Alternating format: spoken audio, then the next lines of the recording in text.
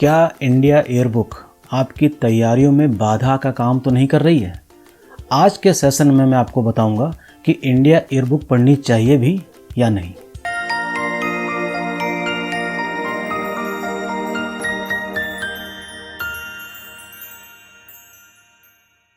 नमस्कार साथियों, मेरा नाम है नवीन तिवारी और मैं स्वागत करता हूं आपके YouTube चैनल सैक फोरम में। और सैक फोरम इस समय AIMS स्टडी सर्कल के साथ मिलकर ऑनलाइन प्लेटफॉर्म पे काम कर रही है, जिससे कि इस लॉकडाउन पीरियड में कम से कम छात्रों तक एक क्वालिटी प्रोडक्ट पहुंच पाए। तो इतनी सारी बुक्स जो मार्केट में अवेलेबल हैं, उनमें से एक बुक के बारे में आपको जिक्र करने जा रहा हूं मैं आज, और उस बुक का नाम है इंडिया ईयरबुक। इंडिया ईयरबुक जिसका रिव्यू पिछले 3-4 सालों में देखा है मैंने कि थोड़ा सा नेगेटिव आ गया था। इंडिया ईयरबुक का रिव्यू थोड़ा नेगेटिव इसलिए है क्योंकि वो बुक थोड़ी सी बल्की किस्म की है और जो तैयारी करने वाले जो स्टूडेंट्स हैं उनको ऐसा लगता है कि हम इतनी मोटी बुक क्यों पढ़ें, and for what, only for 2 to 3 questions. तो ये उनको ऐसा लगता है कि ये उनके साथ थोड़ा सा टाइम उनका किल हो रहा है, तो वो अपनी सारी एनर्जी उस बुक्स में लगाने की कोशिश करते हैं जो उनको एक कोर मटेरियल देता है। लेकिन कुछ टॉपिक्स इंडिया ईयरबुक में ऐसे हैं, वो तब तक आपकी उस स्टडी को जस्टिफाई नहीं करेंगे जब तक आप इस बुक से उसको ना पढ़ लो। फॉर एग्जाम्पल, मैं आपको आज एक ऐसे चैप्टर के बारे में बताने जा रहा हूँ इंडिया ईयरबुक का, जिसका नाम है एनवायरनमेंट। ठीक है, एनवायरनमेंट शायद इंडिया ईयरबुक में 12th नंबर का एक चैप्टर है। ठीक है, and that is very important. How important it is, पहली बात तो ये जान लीजिए कि जो इंडिया ईयरबुक में जो एनवायरनमेंट में जो इश्यूज़ दिए गए हैं वो आपकी एनवायरनमेंट वाली बुक से काफ़ी अलग है। जैसे कि यूनाइटेड नेशन एनवायरनमेंट प्रोग्राम के बारे में आपने सुना होगा, ठीक है, बायो सेफ्टी प्रोग्राम के बारे में आपने सुना होगा, क्योटो प्रोटोकॉल के बारे में आपने सुना होगा, रामसर साइट्स के बारे में आपने सुना होगा। तो इंडिया जितनी भी ये इंटरनेशनल ट्रीटीज़ हैं, जितनी भी इंटरनेशनल जो ये संधियाँ हुई हैं एनवायरनमेंट को प्रोटेक्ट करने की, उसका सिग्नेटरी है। And India is playing a very vital role to follow all these guidelines, जिससे कि हमारी सबसे पहले अर्थ को बचाया जा सके। फाइन, तो ये सारी इन्फॉर्मेशन मिनिस्ट्रीज़ के लेवल पर आपको इंडिया ईयरबुक से ही मिलेगी। ज़्यादा नहीं, 20 से 25 मिनट टाइम इस बुक को आप ज़रूर दीजिए, सिर्फ 20 से 25 मिनट टाइम। और सारे चैप्टर पढ़ने की ज़रूरत नहीं है, जो भी चैप्टर आप पढ़ रहे हैं उसके शुरू के 2-3 पन्ने हैं, लेकिन कुछ चैप्टर्स ऐसे हैं जो आपको पूरे कवर करने पड़ेंगे।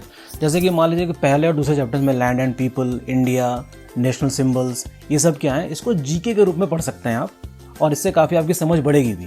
ठीक है, तो हो सके तो पहले 2 चैप्टर पढ़ लीजिएगा, क्योंकि इसमें पॉलिटी वाला सेक्शन भी कवर हो जाता है, कुछ ज्योग्राफी वाला भी कवर हो जाता है, फ्लोरा एंड फाउना के बारे में भी थोड़ी इन्फॉर्मेशन मिल जाती है।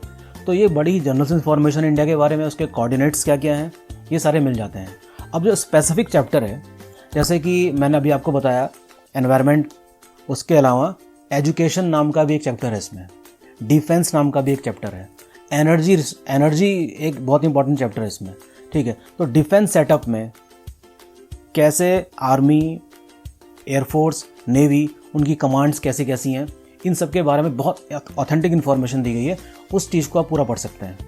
ऐसी रही बात एजुकेशन की, तो एजुकेशन पॉलिसी, ठीक है, अभी वर्तमान में जो हमारी गवर्नमेंट चल रही है उसने एजुकेशन के फील्ड में क्या क्या किया है, ये सारे अपडेट आपको नई वाली बुक में मिल जाएंगे। ठीक है, तो इस बीच हम देख रहे हैं कि पिछले 4-5 सालों में यूपीएससी के जितने भी क्वेश्चन बन रहे हैं उसमें गवर्नमेंट प्रोग्राम से रिलेटेड काफ़ी क्वेश्चन पूछे गए हैं डायरेक्टली, और ये डायरेक्टली क्वेश्चन आए कहाँ से हैं, इंडिया ईयरबुक से। तो इस तरीके से जो पिछले साल जो रिव्यूज़ इंडिया ईयरबुक के आ रहे थे, तो उसको मैंने काफ़ी गंभीरता से लिया और मैंने सोचा कि इसके मिथ को ज़रा दूर किया जाए। ठीक है, तो अगर इसका सही उपयोग किया जाए इंडिया ईयरबुक का, तो उसमें काफ़ी अच्छे लाभ देखने को मिल सकते हैं। ठीक है, minded, India yearbook should be utilize in a very careful manner. उसकी अगर केयरफुल हैंडलिंग करी गई है तो आपको उसके रिजल्ट भी मिलेंगे। एक और इन्फॉर्मेशन जो इसके बारे में आपको शेयर करना चाहूँगा वो ये है कि इसमें टोटल नंबर ऑफ चैप्टर्स हैं 32। ठीक है, और हर साल ये पब्लिश की जाती है गवर्नमेंट ऑफ इंडिया के द्वारा, publication division, ministry of information and broadcasting. तो ये 32 जो चैप्टर्स हैं इसमें कुछ ना कुछ अपडेट तो होता ही होगा। ठीक है, तो अगर मान लीजिए कि आपके पास पिछले साल की 2018 की या 2019 की कोई बुक्स पढ़ी हैं, तो हर साल उस बुक को खरीदने की ज़रूरत नहीं है, ठीक है।